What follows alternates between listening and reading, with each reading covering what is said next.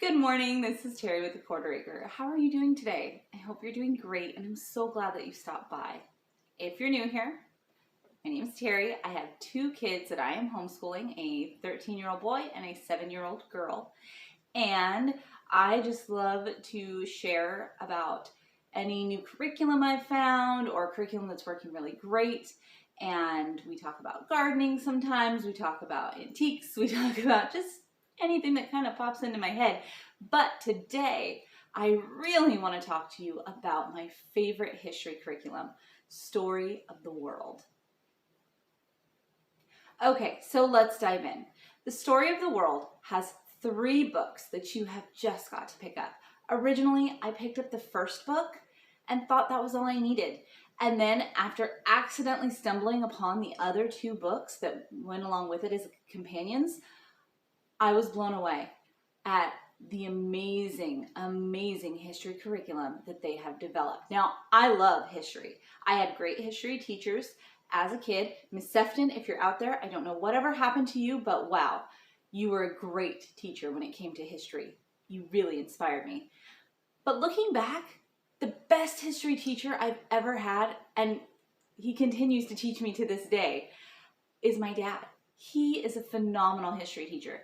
He just inspires you to want to learn more, and he shares such wonderful stories and great facts. And one of the things that we used to do is we used to listen to Paul Harvey. And let me know in the comment section down below if you used to listen to the Paul Harvey radio show, because the phrase, "and now you know the rest of the story," just pops into my head. If you don't, check him out. It was a really cool radio show that played every day when my dad was driving me home from school, and it, I think, also played a big part in why I love history so much.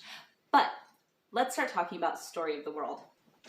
So there are 3 books that you have got to get if you're going to use Story of the World. We are using volume 2 this year. We skipped volume 1 because my son had already covered that information really well in public school. And so this year he would have been studying the Middle Ages, and so I wanted to kind of keep with his program. Now my daughter's in 1st grade. Her social studies would have focused on cultural differences. It would have focused on U.S. monuments and holidays and things of that nature. So we still do a little supplemental social studies for her later on in the week individually, that we work on a calendar, we learn about holidays, and we talk about cultural differences. But I find that a lot of the cultural difference stuff is covered in here, and it's kind of cool to see where and how those different things developed. And so the first book this is the backbone, the spine of the whole thing. Without this, there is no Story of the World curriculum. This is the book, and the way it's broken down is in chapters. And so how we utilize this is we do history once a week. I know it sounds crazy, but to me, I can complete a task and I can retain things better if I sit down for an hour or an hour and a half and I just do it. But if I have to break it up over 3 different days, like a half hour at a time, it doesn't stick as well. And so I find that it works the same for my kids. How about your kids? Let me know. And so the way this is done is it's done by chapter, and each chapter is broken down into sections. So you could do a section of each chapter a day over your 2 or 3 days of history during the week, and that would work fine. Or you could spread this out, do it once a week, and just do a section and have a book last for a couple years if you've got smaller kids. But my kids like history as well. For my 7th grader, I really wanted to cover it in a timely manner so we could move on to the next level. And my daughter is receptive to it, so we do 1 chapter once a week. Now the chapters, like I said, are broken down into sections, and at the end of each section you can just move on to the next, or you can utilize this bad boy. This book is amazing as well. So you can't do any Story of the World without the little thick blue book that has the meat that you're going to read aloud to your kids. But this is like, if this is the meat, this is the potatoes, Okay, like this is, you got to have it to go with it. This is the activity guide. So the activity book 2, Middle Ages, is what it is technically called. I call it the activity guide. It gives you, for each section of each chapter, it gives you review questions to ask the kids, like, which barbarian tribes settled in the land of Spain? And then it gives you the answer right there in case you forgot. The Visigoths settled in Spain. It also gives you narration exercises where you can have the child narrate back to you what happened in that section. We don't use it that way. They give you 2 examples, and what I do is I turn it into a dictation moment, because I think it's really important for kids to develop that skill of listening and copying down what's being said, because we use that all the time in adult life. And so I will read a narration, and my daughter will usually take down the first sentence, and then my son will take down the entire little paragraph. So, for instance, this one would be, the Visigoths settled in Spain. That would be what my first grader writes down. But my son would write, the Visigoths settled in Spain, but then they fought over who would be king. A Muslim commander named Tariq invaded. He told his army to burn their ships. He said they would either take over the land or die trying. His army won, and the land of Spain became a part of the Islamic Empire. So, yeah, so he's getting a lot of meat and potatoes there, and she's doing a little bit lighter load, and that's okay, because you can differentiate for them and their age levels. While I'm reading, my son is kind of taking notes. Mostly he's writing down keywords that he thinks are going to show up on the test. And I'm like, you know what? If that's what works for you, son, you do you. I would be writing out kind of an outline, but that's me. Every kid is different. Every person is different. And it allows him to grasp those key concepts. And he'll stop me every once in a while and be like, how do you spell that? Which is amazing. And my daughter, while this is happening, is utilizing the coloring pages that are found in the back of the activity guide. So I've pulled most of them out to put in her history binder, but you'll see like they'll have little finger puppets that maybe she's coloring, or different, signs or symbols, or, things like that she can be coloring while we're doing the reading. And that keeps her little hands busy. So after we have read a section, done the questions, done the narration, read the next section, done the questions, narration, we move on to map work. So there are a ton of maps in the back of this book, one for every chapter. And there's none in here now because I've put them all in the notebook that I'm going to show you in just a minute. And we go through, and my son, I read out the instructions to him, and then he does it. So like, a Muslim commander, Tariq bin Zayed, conquered much of North Africa, including the city of Tangier. Underline the word Tangier in blue. And so it really gives them a sense of the geography of the place that we're learning about, as well as how to find things on a map and following directions. And so I find that to be super, super important and wonderful. And then the best part of this book comes along. At the end, when we've done our reading and we've done our map work, she's got her pictures colored. They've written in their notebooks everything about their little narration exercises and dictations. Then we get to the projects. So this book has a slew of projects for every chapter. So for this chapter alone, there's an activity project, creating a Moorish ruler's tunic and robe. And it gives you the pattern and everything. But if that's too involved, like for us, that was too involved. Like, I was like, there's no way right now. The next one is Moorish stamps. This stamp activity can be used to decorate the edges of your ruler's robe. So it teaches you how to make a foam stamp. The next one is Moorish ruler's turban. The next one is a Moorish feast, and this is what we actually did. We did the easy arroz con pollo. It was a cooking exercise. It was really fun.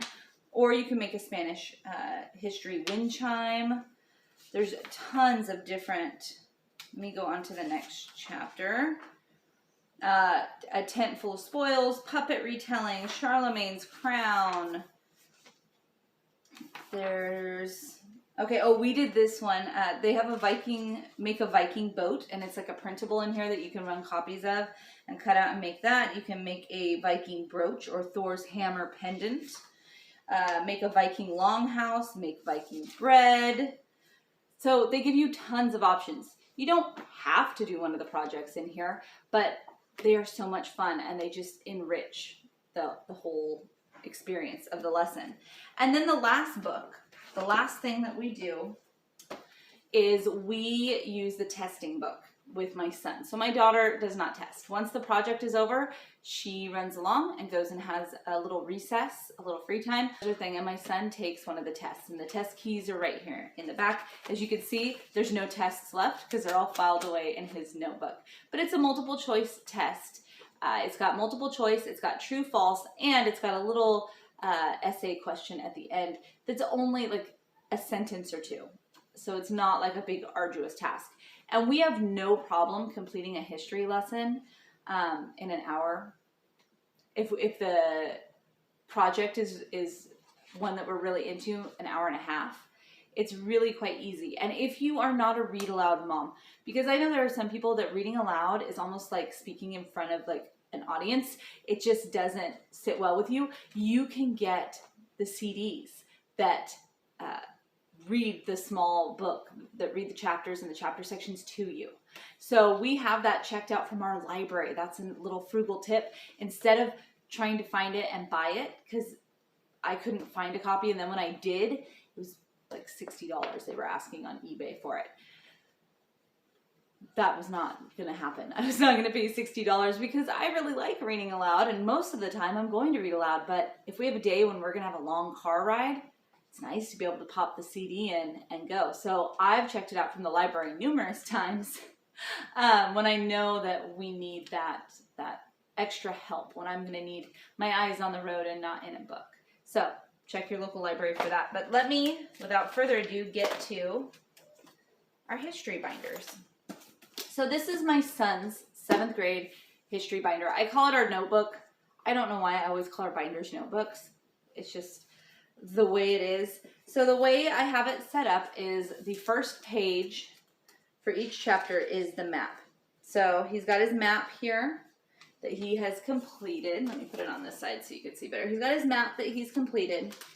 And then he's got his narration or dictation that we did. And then he's got his test. Okay? And then we move on to the next chapter with the map, the narration, and the test. And this was at the beginning of the year, so we were working through it. His work has improved. It is so cool to see how his handwriting and note-taking and like his narrations and things like have improved from the beginning of the year. And sometimes there'll be additional little activities that you can do and put in, which is fun.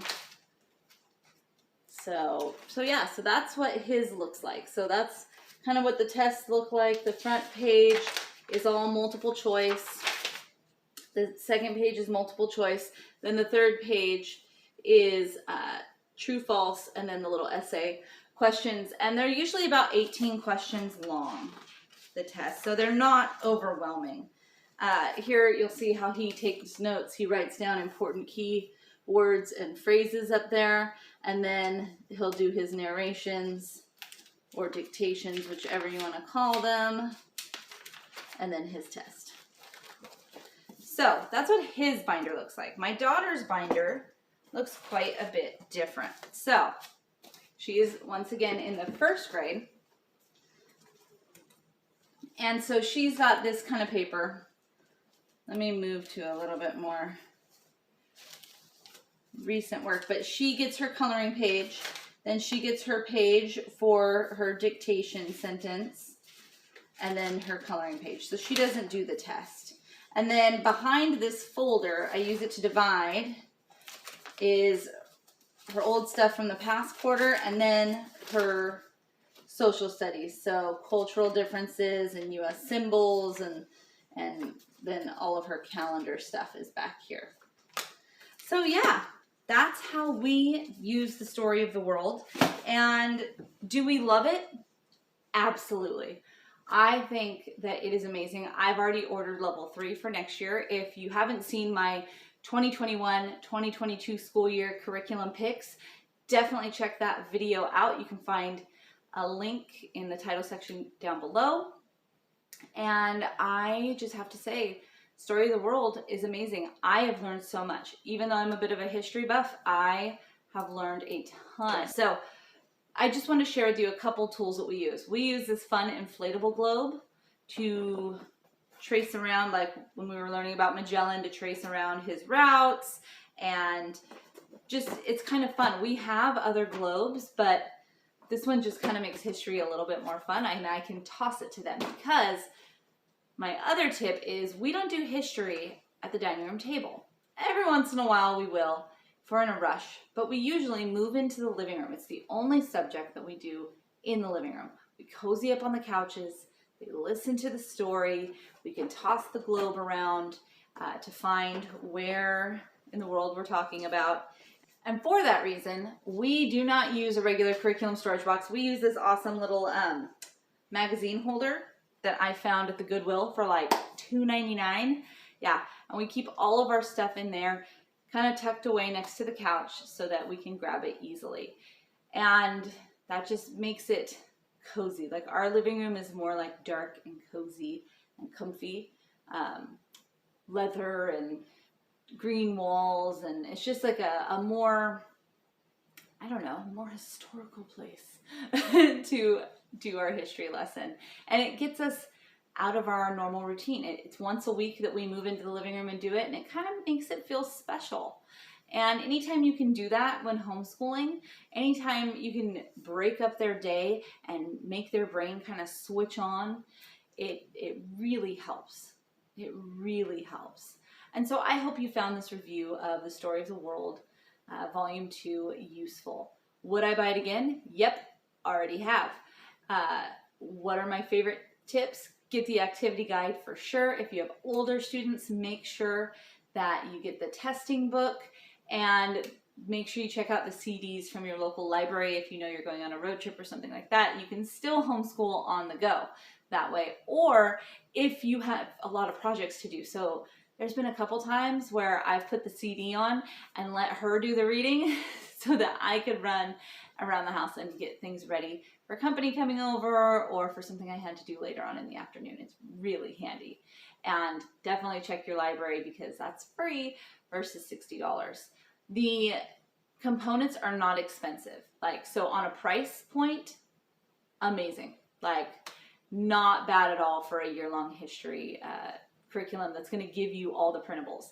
And so for us, I didn't have to make a lot of photocopies. I think I maybe had to make like 10 photocopies for this whole year of things that I needed duplicates of. So what is your favorite history curriculum? Please let me know in the comment section down below. Stop by there and say hello. Even if you don't have a favorite history curriculum and you're looking for a new one, just pop in and say hi. I love to hear from you guys. And I hope that you guys have the most amazing day today. Don't forget to like and subscribe if you want to see more videos from me. And take care, be blessed, and happy homeschooling.